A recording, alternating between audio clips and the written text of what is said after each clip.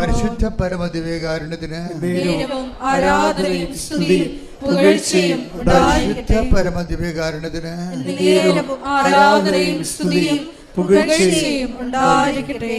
എൻ്റെ പ്രിയപ്പെട്ടവരെ, നമ്മൾ വിശ്വാസത്താൽ കർത്താവിൻ്റെ തിരുസന്നിധിയിലേക്ക് ആകർഷിക്കപ്പെട്ടു കഴിഞ്ഞാൽ നമുക്ക് സംഭവിക്കുന്ന വിഷയങ്ങളെക്കുറിച്ചാണ് ഇപ്പോൾ പരിശുദ്ധാത്മാവ് വെളിപ്പെടുത്തുന്നത്. ഒന്നെന്താണ്? ദൈവം അടിസ്ഥാനപരമായിട്ട് ആരാണ്? ഒരു വ്യക്തിയാണ്. അതേസമയം തന്നെ ദൈവം സാരൂപ്യത്തിൽ വ്യക്തിയും സാരാംശത്തിൽ ശക്തിയുമാണ്. ഈ ശക്തി നമ്മളിലേക്ക് നമ്മളെ സ്നേഹത്തിൽ നിലനിന്ന് കഴിയുമ്പോൾ ശക്തി ആവഹിക്കാൻ തുടങ്ങും. ഇതാണ് എൻ്റെ ഒരു പ്രോസസ്സിങ് എന്ന് പ്രക്രിയ എന്ന് പറഞ്ഞാൽ. അതുകൊണ്ട് ഈശോ എപ്പോഴും പറയും, നിങ്ങൾ എൻ്റെ സ്നേഹത്തിൽ നിലനിൽക്കുവിൻ, നിങ്ങൾ എൻ്റെ കൽപ്പനകൾ പാലിച്ചാൽ എൻ്റെ സ്നേഹത്തിൽ. ഹല്ലേലൂയ. യോഹന്നാൻ 15:9-10 തിരുവചനങ്ങൾ. യോഹന്നാൻ 15-ാം അധ്യായം 9-10 തിരുവചനങ്ങൾ. പിതാവ് എന്നെ സ്നേഹിച്ചതുപോലെ പറഞ്ഞേ, പിതാവിനെ സ്നേഹിച്ചതുപോലെ ഞാനും നിങ്ങളെ സ്നേഹിച്ചു. നിങ്ങൾ എന്റെ സ്നേഹത്തിൽ നിലനിൽക്കുവിൻ. ഞാൻ എന്റെ പിതാവിന്റെ കൽപ്പനകൾ പാലിച്ച് അവിടുത്തെ സ്നേഹത്തിൽ നിലനിൽക്കുന്നത് പോലെ നിങ്ങൾ എന്റെ കൽപ്പനകൾ പാലിച്ചാൽ എന്റെ സ്നേഹത്തിൽ നിലനിൽക്കും. ഇത് വലിയ അക്ഷരത്തിൽ DTP ചെയ്ത് നിങ്ങൾ ഉടമ്പടി എടുത്തവർ നിങ്ങളുടെ വീട്ടിലെ ഭിത്തിയിൽ ഒട്ടിച്ചു വെക്കണം. എന്താ കാര്യം വെച്ച് കഴിഞ്ഞാൽ ഈശോ എന്താ പറയണത്? 15:9, യോഹന്നാൻ 15:9. അതായത് ഈ സ്നേഹത്തിൽ നിലനിൽക്കുമ്പോഴാണ് എന്ത് സംഭവിക്കുന്നത്? നമ്മളെ ശക്തിയിലും നിലനിൽക്കാം. കാരണം ഒരുമിച്ച് പോണ കാര്യങ്ങളാണത്. ഇപ്പോൾ നമ്മൾ 2 Corinthians 12:9 യേശുക്രിസ്തുവിൻ്റെ ശക്തി എന്നിലേക്ക് ആവസിക്കാൻ വേണ്ടി ഞാൻ എൻ്റെ ബലഹീനതയെ ഓർത്തുകൊണ്ട് സ്തുതിക്കുമെന്ന് പറയട്ടെ. ഹല്ലേലൂയ. 2 Corinthians 12:9 ക്രിസ്തുവിന്റെ ശക്തി എന്റെ മേൽ ആവസിക്കേണ്ടതിന് ഞാൻ പൂർവാധികം സന്തോഷത്തോടെ എന്റെ ബലഹീനതയെ കുറിച്ച് പ്രശംസിക്കും.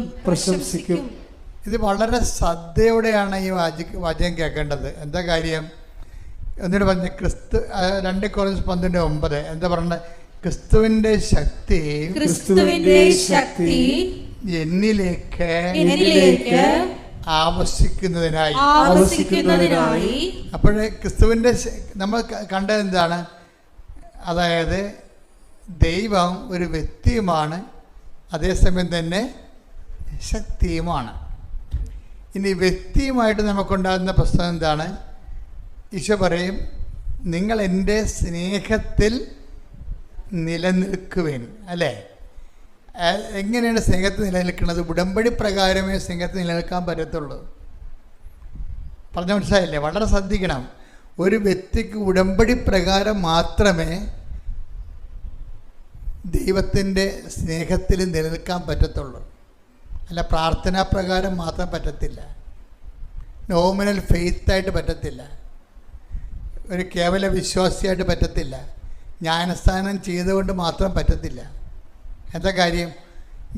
ഞാൻ എൻ്റെ പിതാവിൻ്റെ കൽപ്പനകൾ പാലിച്ച്. പറഞ്ഞേ, ഞാൻ എൻ്റെ പിതാവിൻ്റെ കൽപ്പനകൾ പാലിച്ച്. അപ്പോൾ ഉടമ്പടിയിലാണ്, ഈശോ ഉടമ്പടിയിലാണ്.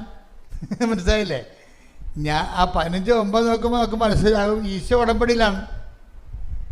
എന്താ പറഞ്ഞിരിക്കണത്?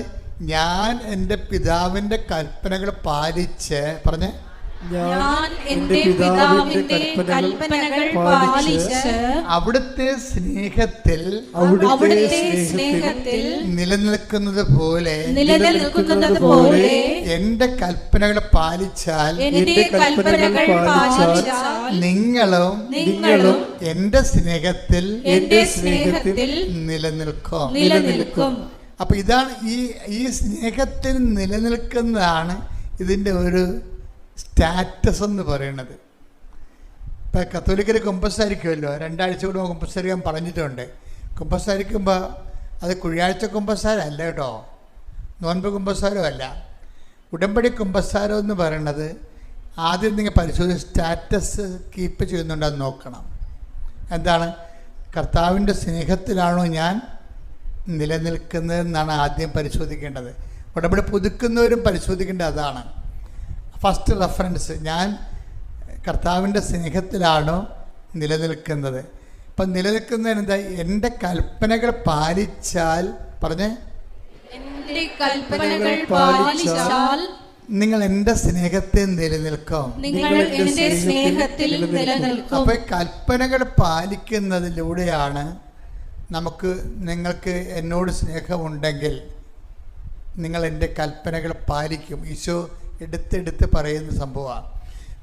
ദൈവം ഒരു വ്യക്തി എന്ന നിലയിൽ ആ വ്യക്തിയോടുണ്ടാകാവുന്ന നമ്മളുടെ ഇൻറ്റിമസി നിശ്ചയിക്കുന്നത് നമ്മൾ പാലിക്കുന്ന വചനങ്ങളുടെ, ചെറുതും വലുതുമായിട്ടുള്ള വചനങ്ങളുടെ വെയിറ്റേജ് അനുസരിച്ചായിരിക്കും. ഇൻറ്റിമസി ദൈവമായിട്ടുള്ള, ശ്രദ്ധിച്ച് കേൾക്കണം, ഇത് പ്രബോധനമാണ്. പ്രബോധനം എന്തിനുള്ളതാണ്? നിങ്ങൾക്ക് പ്രബോധനം കൊടുക്കാനുള്ളതാണ്. 2 തരം വിളമ്പലാണ് ആൾക്കാരിൽ നിന്ന് കിട്ടുന്നത്. പാല് കിട്ടും ശിശുക്കൾക്ക്. പാല് കഴിഞ്ഞാൽ പിന്നെ കിട്ടണത് എന്താ? പ്രബോധനമാണ്. അപ്പോൾ ചിലർക്ക് പ്രബോധനമാകുമ്പോൾ അയ്യോ ഇത് പ്രബോധനമാണല്ലോ എന്ന് പറയുമ്പോൾ അതല്ല, അത് പുതുക്കിയ ദൈവത്തെ വളർന്ന ദൈവത്തിന് വേണ്ടി ജീവിക്കുന്ന ആൾക്കാർക്ക് വേണ്ടിയാണ് ഈ പ്രബോധനം കിട്ടുന്നത്. കാര്യം പാലും പ്രബോധനവും, ലളിതമായ ആഹാരവും ഗുരുത്വമുള്ള ആഹാരവും രണ്ടും രണ്ടാണ്. ഇപ്പം നിങ്ങൾക്ക് നൽകിക്കൊണ്ടിരിക്കുന്നത് രണ്ടും ഒരുമിച്ചാണ് നൽകിക്കൊണ്ടിരിക്കുന്നത്. പാലുള്ളവർ പാല് കൊണ്ടിരുത്ത് പ്രബോധനമുണ്ട്. ഈ പ്രബോധനം എപ്പോഴും നമ്മൾ ശ്രദ്ധിക്കണം. പ്രബോധനം മനസ്സിലാക്കി കഴിഞ്ഞാൽ നിങ്ങളെ ഉപദേശ വരങ്ങളാണ്. അപ്പോൾ ഒന്നെടുത്ത് ഹെബ്രായരെടുത്ത് ഹെബ്രായർ 5:12 ഇതിനകം നിങ്ങളെല്ലാവരും പ്രബോധകരാകേണ്ടിയിരുന്നവരാണ്. അതാ സംഭവം. ഈ ഉടമ്പടി വെള്ള ഉടമ്പടിയുണ്ട്, സിൽവർ ഗ്രേ എന്നൊക്കെ പറഞ്ഞില്ലേ, ആ കക്ഷികളെ കുറിച്ചാണ് ഇപ്പോൾ പറയണത്. എന്താണ്? അവർ പ്രബോധകരാകേണ്ടിയിരുന്നവരാണെന്ന്. പക്ഷെ അവർ വയറ്റിപ്പഴുപ്പോട് നടന്ന് പ്രബോധകരായില്ല. അതാണ് ഈ പറയണത്. വളരെ ശ്രദ്ധിക്കേണ്ടതാണ്. ഇതിനകം നിങ്ങളെല്ലാവരും പ്രബോധകരെ വെച്ചാൽ മറ്റുള്ളവരെ. കഴിഞ്ഞ ദിവസങ്ങളിൽ ശ്രീജ രാജേഷ് എന്നും പറഞ്ഞു, ഈ ക്രിസ്ത്യാനിയുടെ കാര്യം പോക്കാണെന്ന് തോന്നുന്നു. ഇന്നലെ ശ്രീജ രാജേഷ് എന്നും പറഞ്ഞൊരു മോളോട് സാക്ഷ്യം പറഞ്ഞു. ശ്രീജ രാജേഷ്. അപ്പോൾ അവൾ ദൈവസ്നേഹം നിറഞ്ഞ് ഉടമ്പടി എടുത്ത് ദൈവസ്നേഹം നിറഞ്ഞ് ദൈവമായിട്ട് ഭയങ്കര ആഴപ്പെട്ടിരിക്കുന്ന അവളുടെ മെയിൻ പരിപാടി ഈ മുസ്ലിം സഹോദരങ്ങൾക്ക് അവളുടെ ഈ ഉടമ്പടി സാക്ഷ്യങ്ങൾ അയച്ചു കൊടുക്കുന്നതാണ് അവരുടെ മെയിൻ പരിപാടി. അപ്പോൾ ഒരു താത്ത പറഞ്ഞ്, ശ്രീജ, അവരുടെ നല്ല സുഹൃത്തുക്കളാണ്, ശ്രീജ ഞാൻ ഇങ്ങനെയുള്ള കണ്ടൻറ്റൊന്നും നോക്കാറില്ല കേട്ടോ, എനിക്ക് അയക്കേണ്ട കേട്ടോ എന്ന് പറഞ്ഞു. അപ്പോൾ ശ്രീജ പറയും, താത്ത ഇത് കുഴപ്പമില്ല, ഇത് എൻ്റെ അനുഭവങ്ങളാണ്, താത്താക്ക് ഈ അനുഭവം വരുമ്പോൾ ഞാൻ ചെയ്യണത് ശരിയാണെന്ന് തോന്നുന്നു എന്ന് പറഞ്ഞു. എന്നാലും അയാളുടെ അയക്കേണ്ടെന്ന് പിന്നെ മര്യാദ ഉണ്ടല്ലോ, അവൾക്ക് അയച്ചില്ല.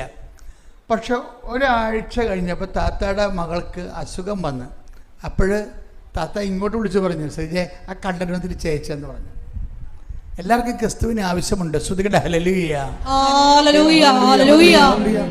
എല്ലാ മനുഷ്യർക്കും വേണ്ടി ഒരുക്കിയിരിക്കുന്ന രക്ഷ സ്വന്തമാക്കുവാൻ ഈ ആരാധനയിലൂടെ മക്കളെ അഭിഷേകം ചെയ്യണമേ. ഇന്നലെയും ഇന്നുമെന്നും ആ ദൈവം ജീവിക്കുന്നു. ഇന്നലെയും ഇന്നുമെന്നും പരിശുദ്ധ പരമ ദിവ്യകാരുണ്യത്തിന് എന്നേരവും ആരാധനയും സ്തുതിയും പുകഴ്ചയും ഉണ്ടായിരിക്കട്ടെ. അപ്പോഴേ ശ്രീജയെ സംബന്ധിച്ചിടത്തോളം വളരെ എന്താണ് വെച്ചിരിക്കുന്നത് ഇടിക്കണ പോലെയാണ് അനുഗ്രഹങ്ങൾ. അവൾ വളരെ നമ്മൾ ഈ ആഴ്ചയിൽ വന്ന ഏറ്റവും പാവപ്പെട്ട സ്ത്രീയാണ്. പക്ഷേ വിശ്വാസത്തിൽ അവിടെ ഒരു കോടീശ്വരിയാണ്. അതാണ് വിഷയം. നമുക്ക് ചിലപ്പോൾ പണത്തിൽ നമ്മൾ സെറ്റപ്പായിരിക്കാം, വിശ്വാസത്തിൽ നമ്മൾ വളരെ പരാധീനതപ്പെട്ട ആളാകാം. ഇപ്പോൾ സിജയുടെ ഒരു പ്രശ്നം എന്ന് വെച്ച് കഴിഞ്ഞാൽ എന്താണ്, ഇന്നലെ അവൾ പറഞ്ഞത് കേട്ടിട്ട് എനിക്ക് തോന്നിയത്, അവളുടെ ഒരു വസ്തു ജപ്തിയാണ്. ഈ വസ്തുവിന് ജപ്തി മാറാൻ വേണ്ടിയാണ് ഇവൾ ദുബായിൽ പോയത്. അവിടെ പോയെങ്കിലും വസ്തു ജപ്തിയായി. അപ്പോഴേ ഉടമ്പടി എടുത്തിട്ടാണ് ദുബായിലേക്ക് ആൾ പോയത്. ഒരു കുഞ്ഞിനെ നോക്കാൻ വേണ്ടി പോയതാണ്. അപ്പോൾ ഉടമ്പടി രാത്രിയൊക്കെ ഇരുന്ന് പ്രാർത്ഥിക്കുമ്പോൾ അമ്മ പറയും ചിട്ടി ചിട്ടി എന്ന് പറയും. അതായത് സാധാരണ മനുഷ്യരോട് സാധാരണ വിഷയത്തിൽ ദൈവം സംസാരിക്കും. അതാണ് വിഷയം. അവർക്ക് രക്ഷപ്പെടാൻ മാർഗമില്ല. മാതാവ് അവളോട് പറയും സിജ ചിട്ടി ചിട്ടി എന്ന് പറയും. അപ്പോൾ ഇതൊരു 3-4 ദിവസം ഇങ്ങനെ ചിട്ടി ചിട്ടി എന്ന് കേൾക്കുമ്പോൾ ഇവർക്ക് തോന്നും ഞാൻ ചിട്ടി എടുക്കാൻ വേണ്ടി അമ്മ പറയുകയായിരിക്കുമെന്ന്. അപ്പം അങ്ങനെ വലിയ ചിട്ടി എടുക്കാനുള്ള കഴിവൊന്നുമില്ല. അപ്പം അതാണോ ഇല്ലേ എന്നറിയാൻ വേണ്ടി കുറച്ച് കഴിഞ്ഞപ്പോൾ ഒരു ചിട്ടിക്കാരൻ പുള്ളി വിളിക്കും, സിജ ഒരു പുതിയ ചിട്ടി തുടങ്ങിയിട്ടുണ്ടെന്ന് പറയും. അപ്പോൾ അവർക്ക് മനസ്സിലാവും മദർ തന്നെ സെറ്റ് എടുത്തുകൊണ്ട് മദർ സെറ്റ് ചെയ്തെടുത്തുകൊണ്ട് വരികയാണ് എന്ന് പറയും. ഉടനെ അവൾ ചിട്ടി പിടിക്കും. അവൾ ചിട്ടി എടുക്കും. അപ്പോൾ അവൾ പറയുന്നത് ഇതാണ്, ചിട്ടി വീണാലും എനിക്ക് ഈട് വെക്കാനുള്ള പ്രമാണം വേറെ ബാങ്കിൽ ഇരിക്കണേ. അതാണ് പ്രശ്നം. ഓരോ മനുഷ്യൻ പെടുന്ന പാടില്ലേ, കണ്ണുനീര് അവൻ്റെ കണ്ണീര് അവൻ്റെ സ്വന്തമാണ്. അത് അനുഭവിക്കുമ്പോൾ നമുക്ക് മനസ്സിലാകത്തുള്ളൂ. പക്ഷെ മാതാവിനെല്ലാം മനസ്സിലാവും. കയ്യടിയുടെ ശ്രുതികട ഹല്ലേലൂയ ഹല്ലേലൂയ മഹത്വം മഹത്വം ആരാധന ആരാധന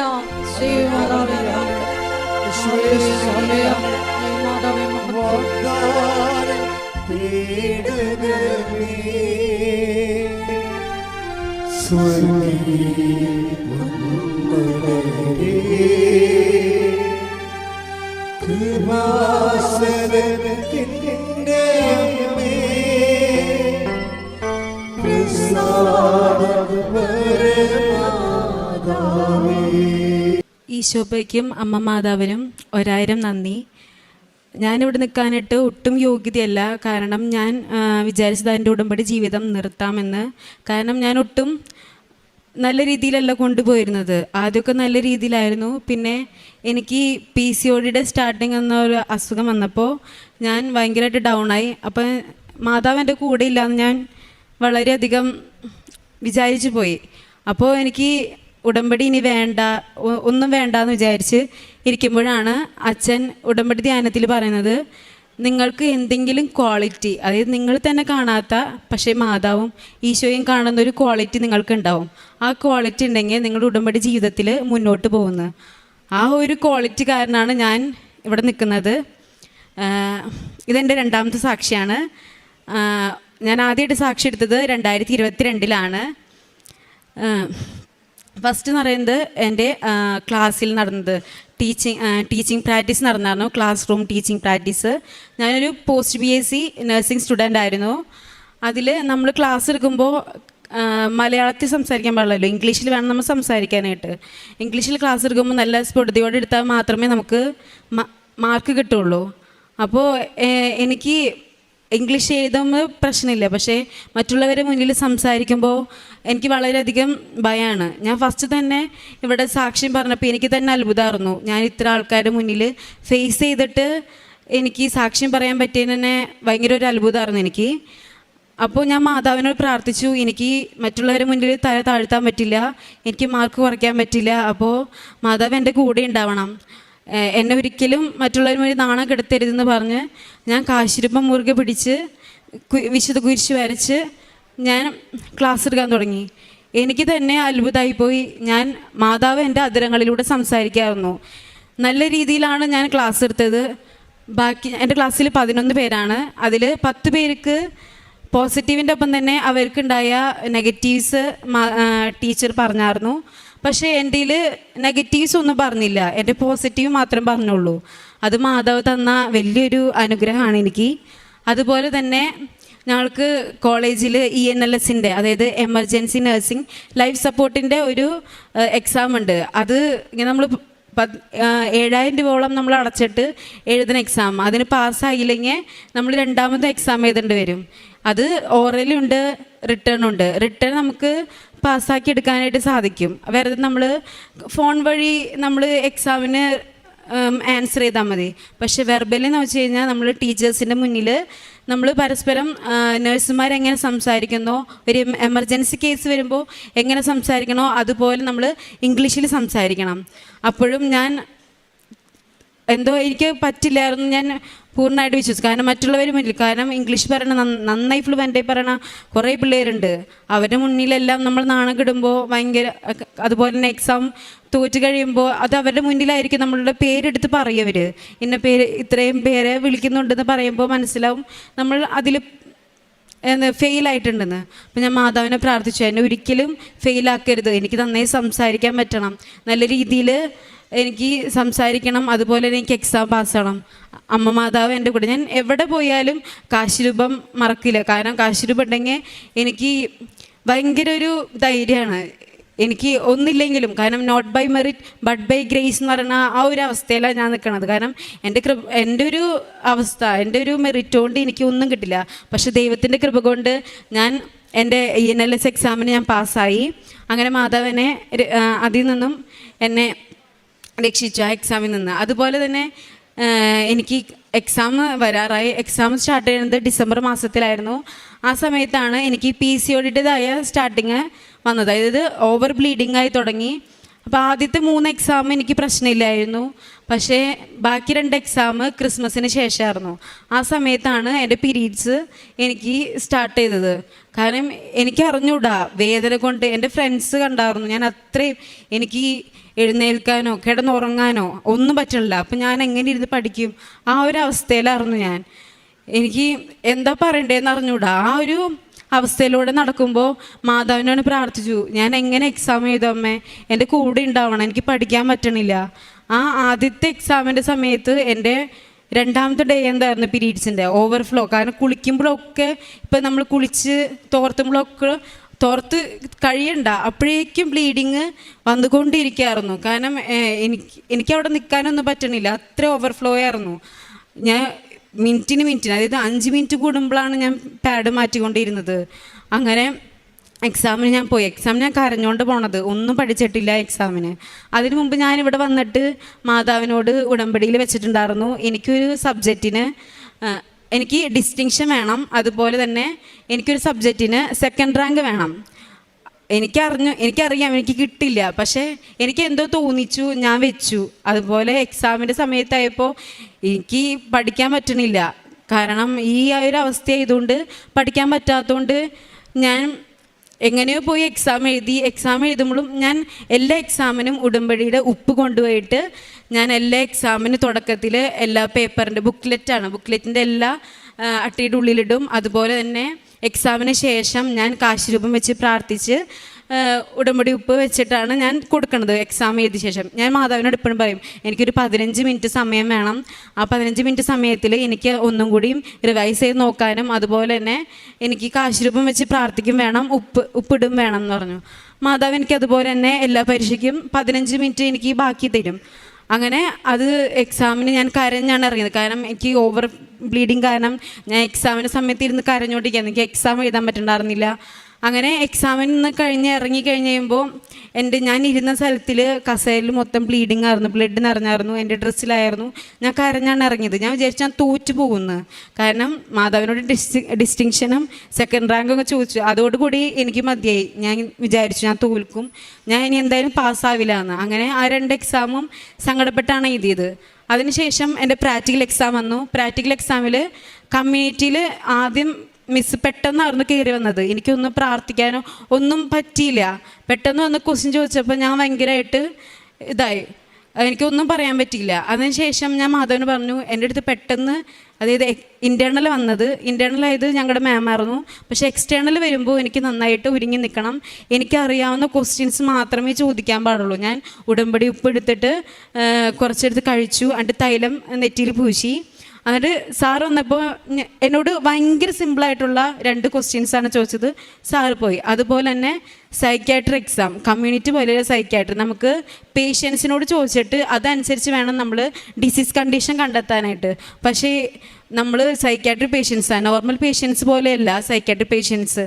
അവരോട് നമ്മൾ ചോദിക്കുമ്പോൾ അവരതിനനുസരിച്ച് നമ്മളോട് റെസ്പോണ്ട് ചെയ്യില്ല. അപ്പോൾ ഞാൻ ഭയങ്കരമായിട്ട് മാതാവ് എൻ്റെ അടുത്ത് വരണം, മാതാവ് എങ്ങനെയെങ്കിലും എന്നെ സഹായിക്കണം. അപ്പോൾ ആ സമയത്ത് ഒരു ഇൻറ്റേർണൽ ഡോക്ടർ ഉണ്ടായിരുന്നു. ആ ഡോക്ടർ പച്ച ഡ്രസ്സ് ഇട്ടിട്ടാണ് വന്നത്, പച്ച ചുരിദാർ. അപ്പോൾ എനിക്ക് മനസ്സിലായി മാതാവാണ് എൻ്റെ അടുത്ത് വരണേന്ന്. മാതാവിനോട് ഞാൻ വരണമെന്ന് പറഞ്ഞ് മാതാവ് ആ ഡോക്ടറിൻ്റെ രൂപത്തിൽ എൻ്റെ അടുത്ത് വന്നിട്ട് ഞാൻ ഡോക്ടറോട് ചോദിച്ചു, ഡോക്ടർ എന്താ കണ്ടീഷൻ? ഡോക്ടർ എനിക്ക് നല്ല രീതിയിൽ പറഞ്ഞു തന്നു. അതൊരു മലയാളി ഡോക്ടറും കൂടിയായിരുന്നു.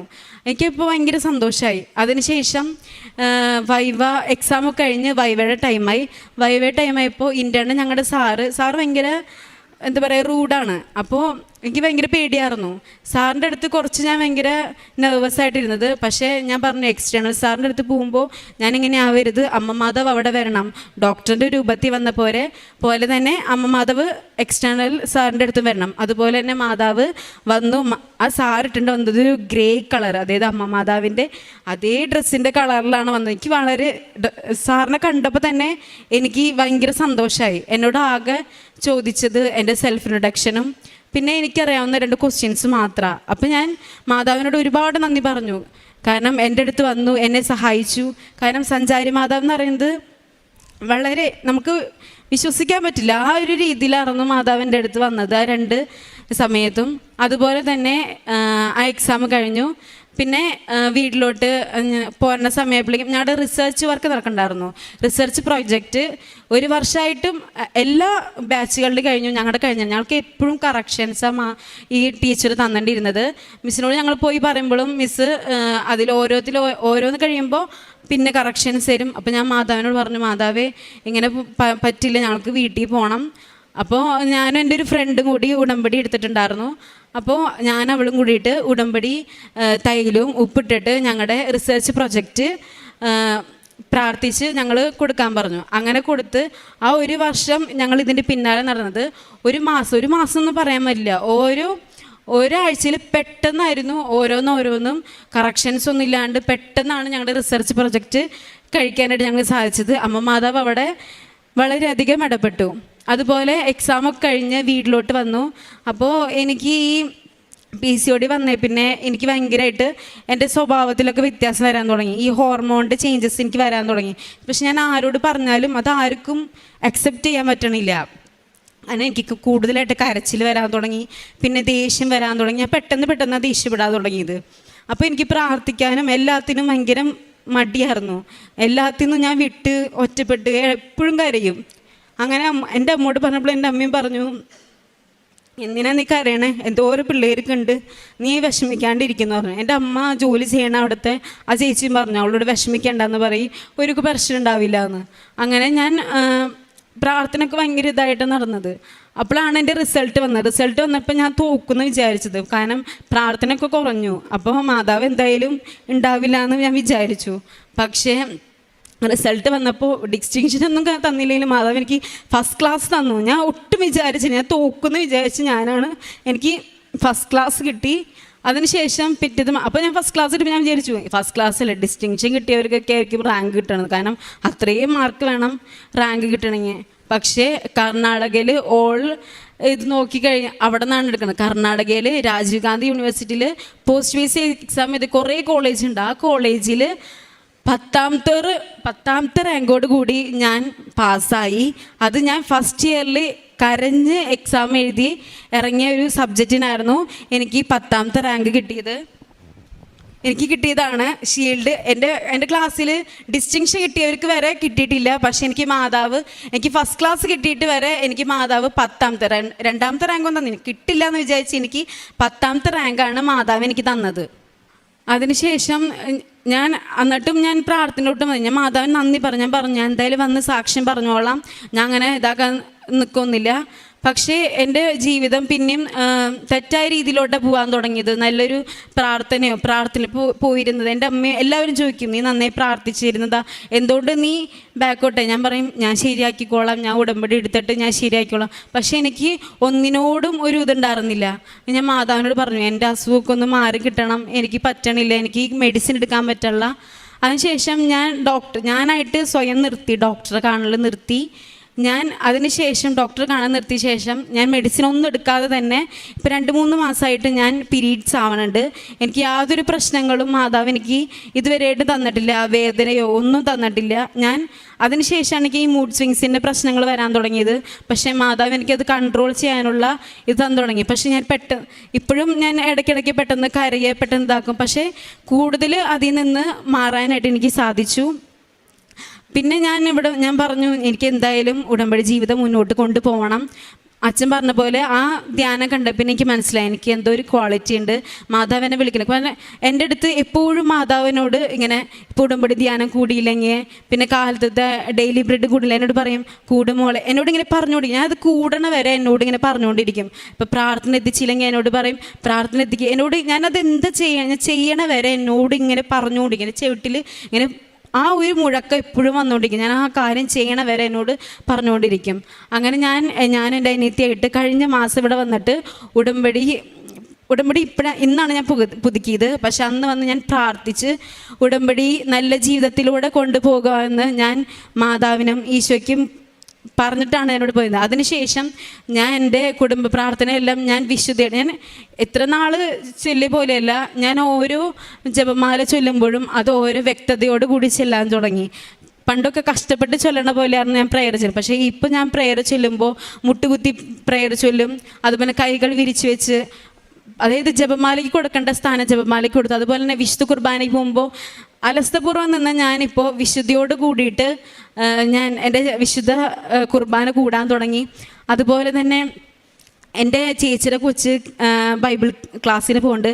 അപ്പോൾ അവളെ കൊണ്ടാക്കിയിട്ട് ഞങ്ങൾ തിരിച്ച് വീട്ടിലോട്ട് വരാതെ അവിടെ തന്നെ അവളുടെ ക്ലാസ്സിൻ്റെ ഫ്രണ്ടിലിരിക്കുക. അപ്പോൾ ഞാൻ വിചാരിച്ചു, എന്തിനാ വെറുതെ ഇവിടെ ഇരുന്ന് സംസാരിക്കണേ, അതിന് പകരം ആ പള്ളിയിൽ പോയിരുന്ന് മാതാവായിട്ട് ഈശോയായിട്ട് ഇരുന്ന് സംസാരിച്ചു.